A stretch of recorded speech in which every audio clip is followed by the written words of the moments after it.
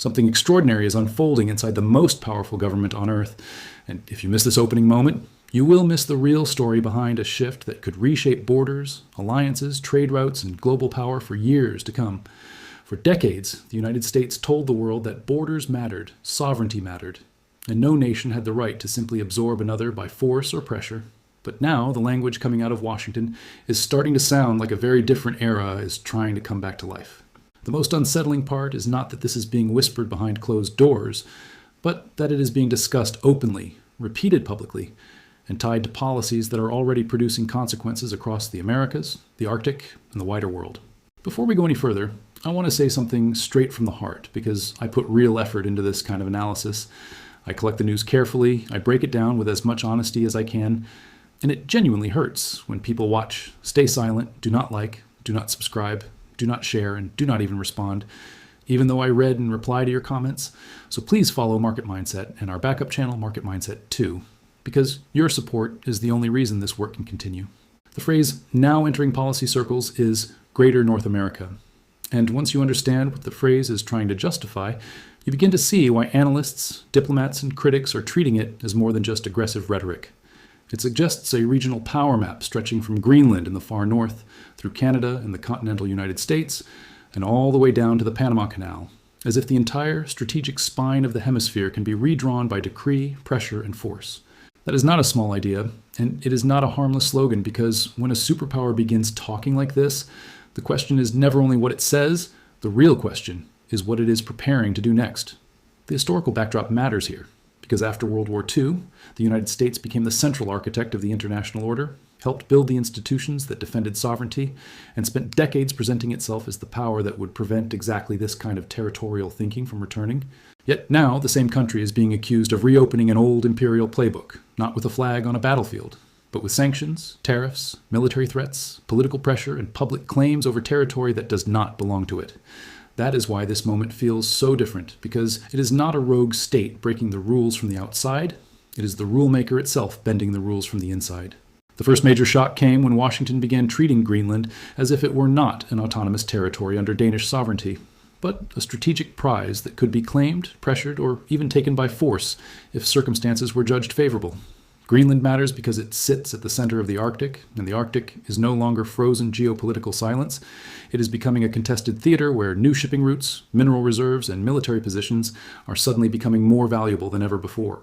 When a superpower speaks about acquiring territory in that region, it is not just talking about land, it is talking about the future balance of power between the United States, Europe, Russia, and China. Then came Canada, and this is where the message became even more shocking. Because Canada is not an enemy state, it is a NATO ally, a trade partner, and one of the closest political and security partners the United States has ever had. Yet, the idea was floated that Canada should become the 51st state, a statement that was not received as a joke north of the border, but as a direct insult to sovereignty, identity, and national dignity. The reaction was immediate and emotional, because Canadians did not hear a casual remark, they heard a warning. And the response was a wave of rejection that cut across party lines and turned never the 51st state into a symbol of resistance.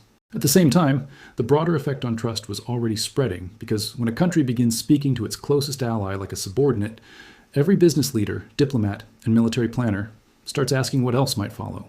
At the same time, the broader effect on trust was already spreading, because when a country begins speaking to its closest ally like a subordinate, every business leader, diplomat, and military planner starts asking what else might follow. Then came Panama, and the stakes became even clearer, because the Panama Canal is not just a piece of infrastructure, it is one of the most important trade choke points on the planet, moving ships between the Atlantic and Pacific and shaping the rhythm of global commerce. The canal was once under American control, but full control was transferred to Panama in 1999, and that transfer was seen internationally as one of the few clean endings to an old imperial arrangement that had lasted far too long. Now the claim is that the canal should effectively come back under American hands, justified by concerns over Chinese influence, foreign port contracts, and strategic vulnerability near a critical waterway. Those concerns are not meaningless, because Chinese infrastructure expansion in Latin America is real, but there's a massive difference between countering influence through diplomacy and openly suggesting that a sovereign nation's key asset should be taken back. That difference matters, because once the language of reclaiming territory enters the conversation, the precedent it creates can destabilize the entire post-war system built around recognized borders, and negotiated sovereignty. Cuba is where the consequences of this strategy become painfully visible because economic pressure has been used not just as policy, but as a weapon designed to force collapse from the inside. Cuba has lived under American sanctions for decades, but the latest pressure campaign has hit harder because its energy lifeline was already fragile. And when that lifeline was disrupted, the result was not just diplomatic tension, it was civilian suffering. As oil flows were squeezed, blackouts spread, transportation slowed, hospitals struggled, businesses suffered, and ordinary people were forced to pay the price for a geopolitical battle they did not create and cannot control. This is exactly why economic coercion is so dangerous, because it is often presented as a clean tool of policy, while the real cost lands on people who have no vote in the decision and no shield from the consequences. When Russian tankers later arrived in Cuba with emergency fuel, the strategic picture changed again, because every time one power creates a vacuum, another power moves in to fill it. And influence is often won not through loyalty, but through necessity. That means the intended target may not even collapse, while the rival powers gain a foothold, humanitarian goodwill, and a stronger strategic position right where Washington least wants it. And that is the central contradiction of this entire doctrine, because it claims to weaken adversaries, yet by applying pressure in the wrong places and at the wrong scale, it often strengthens the very rivals it is supposed to contain. The logic behind all of this seems to be that America must consolidate its hemisphere before China, Russia, and other competitors deepen their reach, but the method being used is so blunt that it risks destroying the alliances America would need to actually succeed. By threatening Canada, the United States destabilizes one of its most stable partnerships. By threatening Greenland, it alarms NATO allies and undermines the trust that holds the alliance together. By strangling Cuba, it creates humanitarian suffering and invites rival influence into the Caribbean. By pressuring Panama, it makes smaller nations wonder whether their sovereignty means anything when a superpower decides it wants something back. This is how strategic overreach begins, not with one giant mistake, but with a series of decisions that seem powerful in the moment and destructive in the long run. History has seen this pattern before, because empires rarely fall only from outside attack. They usually fail by stretching too far, spending too much, alienating too many, and confusing intimidation with strength. That is why people are watching this moment with such unease, because the United States is still powerful. But power without restraint can produce instability faster than it produces security.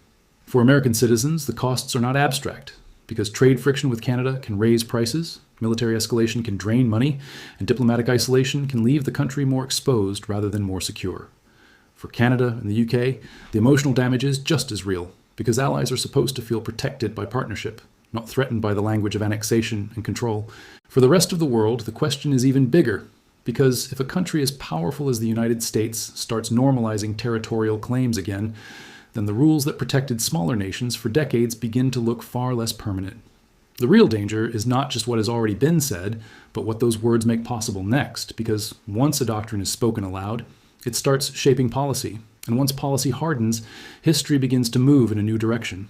So the question is no longer whether this is serious. The question is how far it can go before the political, diplomatic, and economic costs become impossible to ignore. And that is where the global stakes come in, because this is no longer only about Cuba or Canada or Greenland or Panama. It is about whether the post-war international order still has enough strength to resist a return to old-fashioned power politics. If the world accepts this kind of thinking from the strongest country on earth, then every weaker country has reason to worry, every ally has reason to hesitate, and every rival has reason to push harder. The future will be shaped by the response, because in moments like this, silence is never neutral, and hesitation is never cost-free. That is why the coming months matter so much, because this is exactly the kind of shift that can start as political theater and end as a structural change in world affairs. The question now is whether this doctrine is a genuine strategic vision, or whether it is a dangerous performance designed to feed domestic politics while quietly rewriting the rules of international behavior. Either way, the consequences are real, the warning signs are already visible, and the world is watching far more carefully than many leaders seem to realize. Before you go, I want your thoughts on two things. Because the bigger the claim, the more important it is to hear how people see it from different places and different experiences. Do you believe the greater North America doctrine is a real long-term strategic plan?